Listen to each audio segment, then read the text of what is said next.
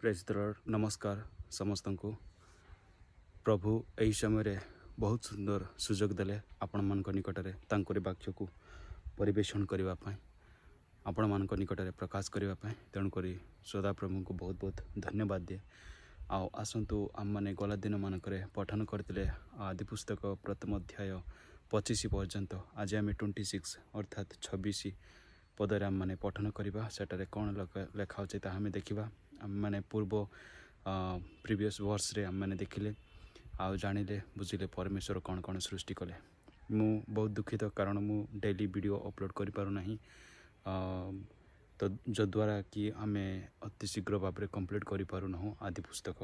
आपण मैंने प्रेयर करंतु मने मते मु भी प्रेयर करी जपरी आम मैंने अति शीघ्र भाव में आदि पुस्तक को आम मैंने पठन करवा आउ मु जपरी पठन करी वीडियो बने मु आपण मानकटारे जपरी मु पब्लिश करि परिबि सेति मते आपणकर प्रार्थना दरकार। आउ आसंतु आज पठन करवा आमे तो पठन करवा पूर्व छोटे प्रार्थना करवा। थैंक यू लॉर्ड जीसस, तुमको बहुत बहुत धन्यवाद है कारण यही समय सुंदर सुजोग देल तुमरी वाक्य को प्रकाश करने परिवेषण करने तुमरी संतान मान निकट में से बहुत बहुत धन्यवाद। यही समय प्रभु तुम्हें आस एवं मत स्पर्श कर मो द्वारा तुम्हें कथा कह। Hallelujah. Thank you lord. In the name of Jesus Christ I am praying. Amen amen amen amen amen. जीसु नाम धन्य हो। आउ आम मैंने पठन करवा आपण मैंने निज निज बाइबल को देखु सेठारे ए प्रकार लेखा अच्छी। एथिउत्तरु परमेश्वर कहले आंभे माने आपणा प्रतिमूर्ति रे व आपणा सादृश्य रे मनुष्यर निर्माण करो। से माने जलचर मत्स्यगण व खेचर पक्षीगण व पशुगण व समस्त पृथ्वी व भूमि रे गमनशील सबु उरगामी जंतु पर कर्तृत्व करिवे। यही प्रकार लेखा अछि। परमेश्वर कहले आपणा प्रतिमूर्ति रे आपणा सादृश्य रे मनुष्यर निर्माण करो। से कहले तो तापरे मनुष्य को से निर्माण कले आउ कौन कले केमिति कले ता हम नेक्स्ट वर्ष रे देखि परिवा पढ़िवा आगु को हम माने देखिबा कौन किपरि भाव से सृष्टि कले।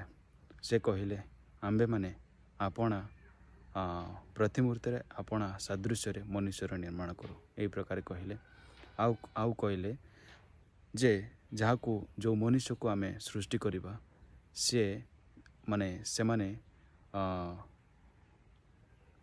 जलचर मत्स्यगण जल रे जहाँ भी मत्स्यगण अछंती जलचर मत्स्यगण व खेचर पक्षीगण मानकु आउ पशुगण जेते भी पृथ्वी रे पशु अछंती समस्त पशु आउ समस्त पृथ्वी आउ भूमि रे गमनशील सबु उरगामी जंतु पर कर्तृत्व करेंगे। यही प्रकार कहले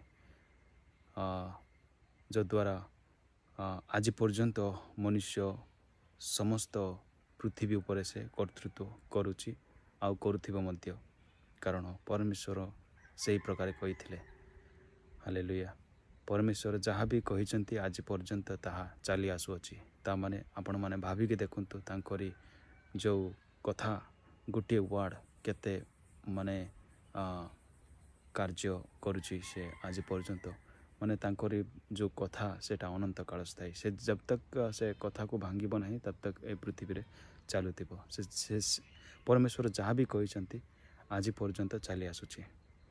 आउ परमेश्वर महान नाम धन्य हो जे आम मैंने बाइबल द्वारा बहुत किसी आम मैंने शिखा पाऊँ। तेणुक पढ़ा आउ तांकरी वाक्य को निज हृदय रखिबाटा बहुत बहुत इम्पोर्टेंट कारण मो भावना रे जदि आगु को जदि एबे जो प्रकार टेक्निकल जुग पळा आसला जदि आगु को यही प्रकार जदि प्रभुंकर वाक्य बाइबल जदि आम मान पाखे न थाए तांकर वाक्य न थाए ताहले हमें निश्चय ये दुनिया रे पूरा हजि जिबा।